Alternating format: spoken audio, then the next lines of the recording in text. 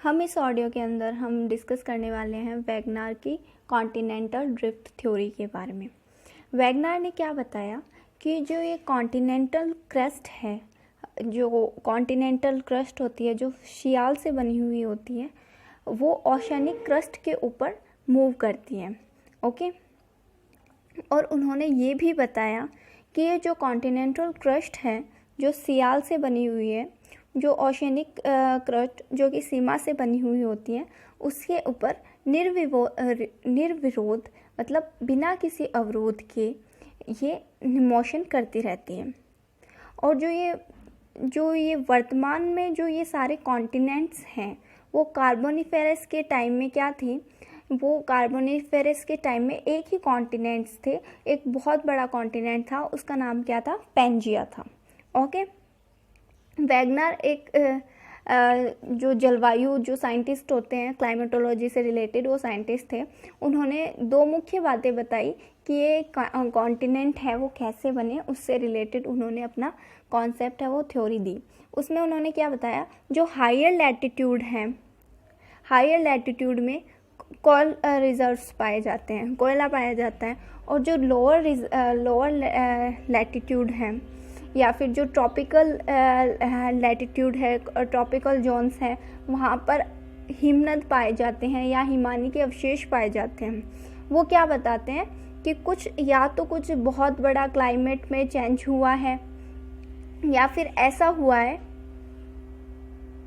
या तो क्लाइमेट में कुछ ज़्यादा ही चेंजेस हुए हैं, या फिर ऐसा कुछ हुआ होगा कि ये किसी फोर्स के द्वारा एक जगह से दूसरी जगह खिसक गए हैं, है ना, या फिर महाद्वीपों का विस्तार हुआ है। ये कौन बताता है, वैगनार बताता है।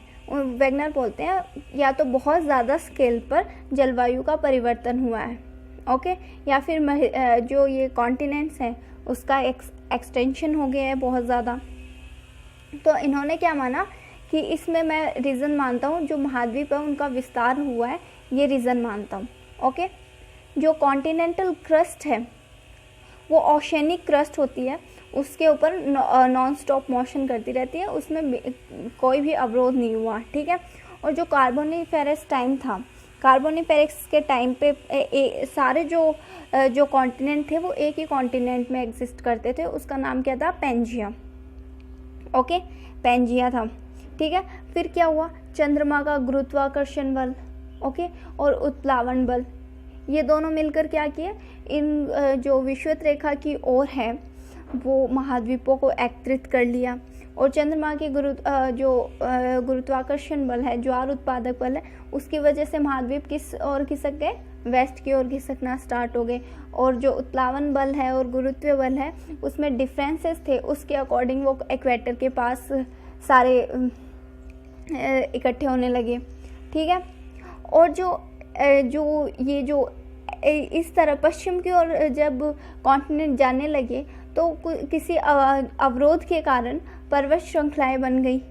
अब ये दोनों कॉन्ट्रडिक्टरी बात होगी ना, कि कॉन्टिनेंटल क्रस्ट और ओशनिक क्रस्ट एक दूसरे के ऊपर बिना किसी अवरोध के चलती है। बट उन्होंने एट लास्ट क्या बताया, एंडिंग में उन्होंने क्या बोल दिया, खुद ने ही बोल दिया कि महाद्वीपों के पश्चिम भाग में पाई जाने वाली पर्वत श्रृंखलाएं महासागरीय क्रस्ट में के द्वारा उत्पन्न किए गए किसी अवरोध का परिणाम है। ओके, जो दोनों स्टेटमेंट क्या बन गए, कॉन्ट्रडिक्टरी बन गए।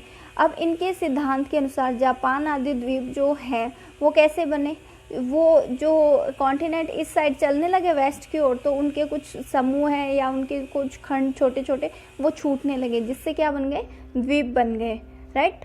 अब वैगनार ने अपनी थ्योरी को प्रूव करने के लिए कुछ एविडेंस भी दिए।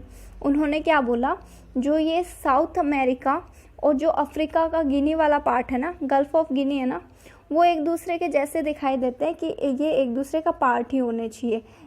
दिख रहा है ये इसके अंदर समा सकता है, ऐसा लग रहा है कि ये एक दूसरे के पार्ट ही थे, ठीक है।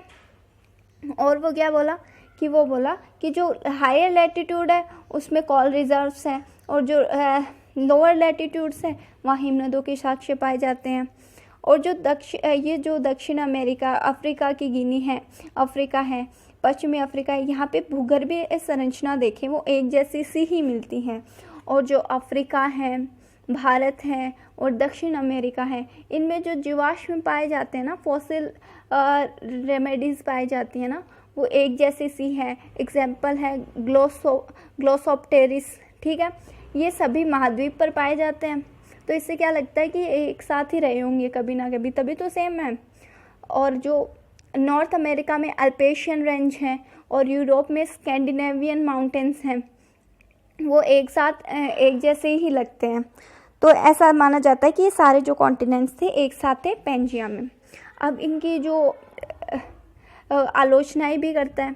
आलोचनाएं क्या होती है इस थ्योरी की, कि ये पहले तो बोलते हैं कि कॉन्टिनेंटल क्रस्ट है वो ओशनिक क्रस्ट पे बिना किसी अवरोध के चलती है, और चलती कौन सी है, सिर्फ कॉन्टिनेंटल क्रस्ट चलती है। बट एक दूसरी थ्योरी आई, प्लेट टेक्टोनिक थ्योरी, वो क्या बताती है, जो कॉन्टिनेंटल क्रस्ट है वो तो मूव करती ही है, जो ओशनिक क्रस्ट है वो भी मोशन करती है, राइट। तो महाद्वीपीय विस्थापन सिद्धांत में देखें तो सियाल के साथ सीमा, उसके सियाल और सीमा ये दोनों संचलन करती है, बात तो ये सही है। बट जो ये सियाल सीमा पर संचलन ना करके लिथोस्फेयर एस्थेनोस्फेयर पे संचलन करता है, राइट।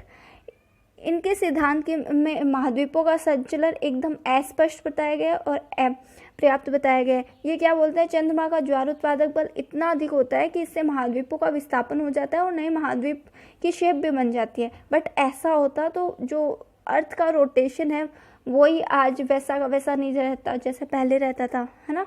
वो रोज रोज चेंज होता रहता, जैसे चंद्रमा चाहता वैसे चेंज हो जाता, बट ऐसा नहीं होता है, राइट। तो महाद्वीपीय विस्थापन सिद्धांत को यदि सही माने तो भी महाद्वीपों का विषुवत-रेखीय क्षेत्र में एकत्रित हो जाना चाहिए था, बट ऐसा हुआ नहीं ना। ये सारे इक्वेटर की तरफ थोड़ी ना है, वो एकदम लोअर लैटिट्यूड हायर लैटिट्यूड सारी जगह पाए जा रहे हैं। इनके द्वारा नवीन वलित पर्वतों के निर्माण, जैसे जापान का निर्माण कैसे हुआ, फिलीपाइंस का निर्माण कैसे हुआ, ये सारे जो रीजंस दिए गए वो नॉन रियलिस्टिक्स है ना। और कोई भी फ्रिक्शन फोर्स इतना अधिक नहीं होता है कि कोई जो स्थल खंड है पूरा कॉन्टिनेंट बना दे या माउंटेन रेंज बना दे। तो ये जो थ्योरी है वो इनवैलिड कर दी गई। बट क्रस्ट के संचलन से संबंधित ये प्रथम व्यवहारिक सिद्धांत था जिसे एकदम एक्सप्लेन के साथ बताया गया। ओके।